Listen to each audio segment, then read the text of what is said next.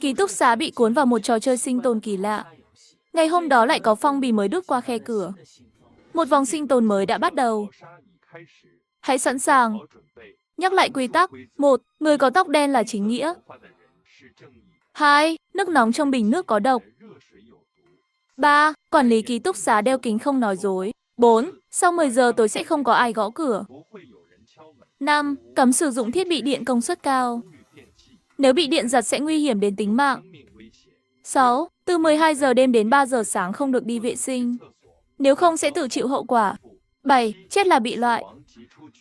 Quy tắc không thay đổi. Tôi và các bạn cùng phòng nhìn nhau. Nhanh chóng tắt đèn lên giường như mọi khi. Hy vọng tối nay vẫn là đêm an lành. Trong bóng tối, Tiểu Phàm thở dài. Không biết khi nào chúng ta mới thoát khỏi ký túc xá này. Anh Hạo nhút nhát bắt đầu khóc nhỏ. Những ngày này gần như đã khiến cậu ấy phát điên.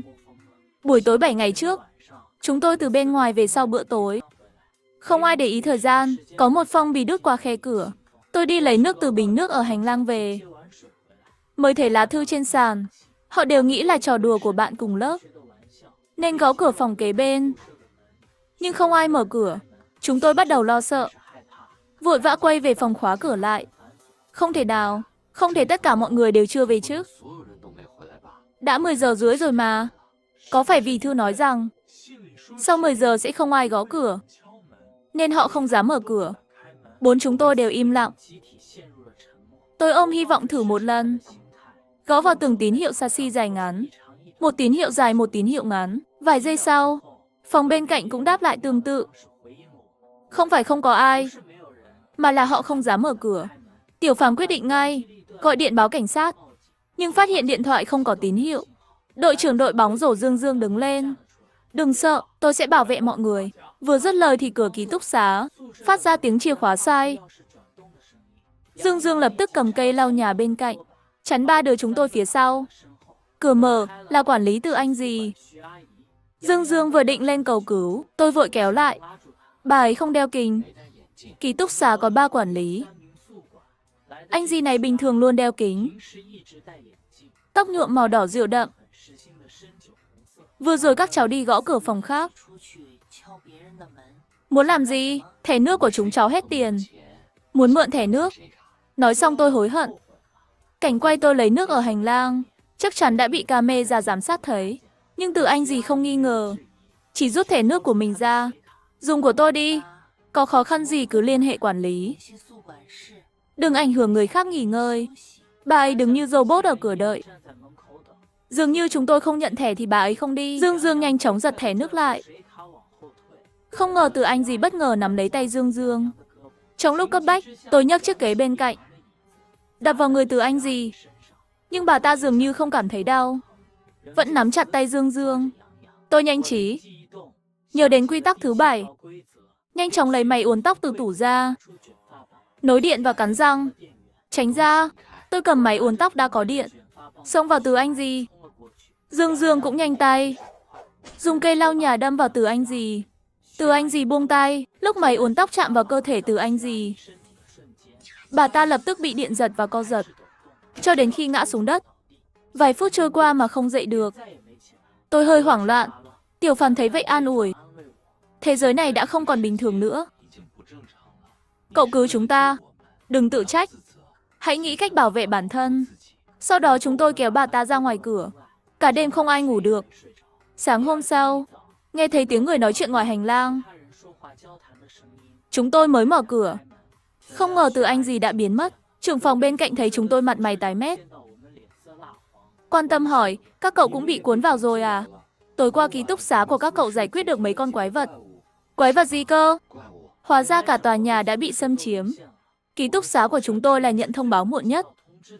Quái vật có thể xuất hiện bất cứ lúc nào. Mọi người phải nghĩ cách dùng quy tắc bảo vệ bản thân. Đôi khi chúng còn giả làm bạn cùng phòng. Phải cẩn thận. Siêu thị tầng 1 mỗi ngày đều có vật phẩm cung cấp. Chúng ta không ra khỏi tòa nhà này được. Chỉ có thể hoạt động bên trong tòa nhà. Ăn uống không vấn đề gì. Đi mau đi. Trễ là không chọn được đâu. Nói xong anh ta đi về phía thang máy.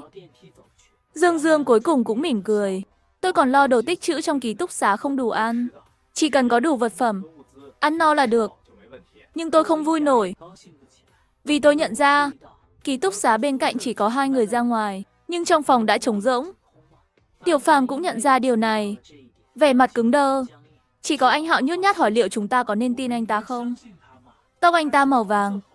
Nói xong anh ta cũng không tự tin cúi đầu. Tôi là người tốt, chúng tôi nhìn nhau. Chỉ có tôi tóc đen, chúng ta phải đoàn kết trước.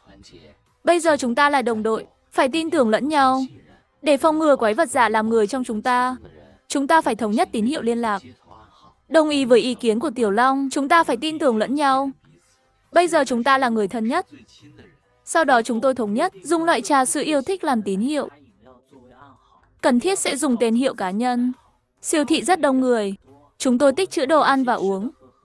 Mua thêm vài cốc và nhiều găng tay nhựa. Thanh toán và ra ngoài. Dương Dương lại bảo quên mua đồ vệ sinh. Bảo chúng tôi về trước. Chúng tôi cuối cùng ở lại, cùng giảm thiểu rủi ro. Thế là chúng tôi quay lại siêu thị. Nhưng tại quầy thanh toán, chúng tôi gặp 4 người, trông giống hệt chúng tôi. Mọi người thấy sự bất thường bên này, đều bỏ chạy tán loạn. Anh Hạo bên chúng tôi đột nhiên giơ tay. Trà sữa mộc hương, Tiểu Phàm và tôi cũng phản ứng. Trà sữa đậu đỏ, sữa xoài, chỉ còn Dương Dương chưa nói. Dương Dương bên kia chạy về phía chúng tôi. Trà ông long thêm trân châu. Không biết từ lúc nào, người bên cạnh đã bị thay thế. Lúc này, Thu Ngân bắt đầu đọc quy tắc. Các tuyển thủ hai bên chuẩn bị trả lời câu hỏi. Mỗi người chỉ được trả lời sai một lần. Sai lần thứ 2 sẽ chết ngay tại chỗ. Mỗi vòng hỏi đáp, các tuyển thủ lần lượt trả lời. Sau 3 vòng hỏi đáp, bên nào còn nhiều người hơn sẽ thắng. Bên thua sẽ bị trừng phạt thế nào? Khóe miệng của Thu Ngân nở một nụ cười kỳ dị. Bên thua sẽ bị loại hết. Anh Hạo sợ hãi ngồi bệt xuống đất. Tôi và Dương Dương phải đỡ cậu ấy lên. Đừng hoảng, nghe câu hỏi trước đã. Biết đâu chúng ta đều trả lời được thì sao? Đây là... Thu Ngân nhìn kỳ lạ giơ tay chỉ về phía chúng tôi. Tuyển thủ phòng 413 trả lời trước. Tiểu Phàm hít sâu một hơi. Bước lên, tôi sẽ trả lời câu đầu tiên. Bạn có phải là kẻ giết Lưu Như Yên không? Có hoặc không? Tất cả chúng tôi đều sững sờ. Năm ngoái Lưu Như Yên do bị điểm kém toàn bộ, đã nhảy từ sân thượng tòa giảng đường. Thư Tuyệt Mệnh để lại bên cạnh giày cậu ấy. Tiểu Phàm chắc chắn trả lời. Không. Thu Ngân cười quái dị. Sai. Tiểu Phàm tỏ vẻ khó hiểu. Chúng tôi 3 người còn lại cũng không tin nổi. Tiểu Phàm không hề quen Lưu Như Yên. Sao lại giết cậu ta được? Cậu ấy rõ ràng tự sát mà. Thu Ngân làm ngơ sự phản đối của chúng tôi. Quay sang hỏi quái vật bên kia. Câu hỏi giống hệt. Già Tiểu Phàm lạnh lùng trả lời có. Đúng rồi. Sau đó Thu Ngân chỉ tay vào tôi. Câu hỏi thứ 2. Bạn có từng giúp quản lý học vụ khai khống sách không? Có hoặc không? Đầu năm quản lý học vụ trường tôi bị bắt vì tham ô công quỹ. Trong đầu tôi nảy ra một suy nghĩ. Phải chăng phải trả lời ngược lại mới đúng? Tôi hít sâu trả lời có. Sai. Sau đó tôi bên kia trả lời. Đưa ra câu trả lời ngược lại. Đúng rồi. Dương Dương tức giận nhảy dựng lên. Không công bằng, toàn câu hỏi giống nhau. Chúng tôi trả lời sai. Bọn chúng đương nhiên biết đáp án. Thu Ngân làm ngơ lời của Dương Dương. Chỉ thẳng vào cậu ấy. Câu hỏi thứ 3. Bạn có che giấu hành sáu trộm cắp của quản lý Trần không? Có hoặc không? Trước đây ký túc xá có 4 quản lý. Quản lý Trần bị bắt của tang trộm đồ sinh viên. Tháng trước bị sa thải. Tôi và Tiểu Phàm nhìn nhau. Chuyện có vẻ kỳ lạ. Tất cả câu hỏi đều nhắm vào những vụ bê bối và tội ác từng xảy ra trong trường. Nhưng chúng tôi chỉ nghe tin đồn. Sau khi sự việc xảy ra, không thể nào tham gia được. Không, tôi không thể làm chuyện đó. Sai. 3 câu hỏi qua đi. 3 chúng tôi đều mất đi cơ hội sai duy nhất. Câu hỏi thứ 4. Thu Ngân chỉ vào anh Hạo. Câu hỏi thứ 4. Bạn đã từng bạo lực học đường chưa? Có hoặc không? Anh Hạo cắn môi. Nói nhỏ, có. Thu Ngân tắt nụ cười. Bất đắc dĩ tuyên bố đúng. Dạ anh Hạo vẫn trả lời ngược lại. Sai. Chúng tôi mừng cho anh Hạo, nhưng không thể cười nổi. Mối đe dọa tử thần làm chủ. Vòng 2 quái vật trả lời trước. Chúng tôi dựa vào câu trả lời của họ mà đổi đáp. Kết thúc 2 vòng đầu. Không ai bị lại. Vòng thứ 3 anh Hạo đổi chỗ với Tiểu Phàm. Hình như tôi phát hiện quy luật. Tôi còn 2 lần nữa. Tôi thử trước. Nếu đúng, các cậu trả lời theo tôi. Anh Hạo vừa được tôi và Dương Dương dìu, như biến thành người khác. Thu Ngân gãi đầu, giả vờ trăn trở. Vòng 3 câu hỏi đầu tiên. Bạn có muốn tham gia đội quái vật và tiếp tục chơi không? Có hoặc không?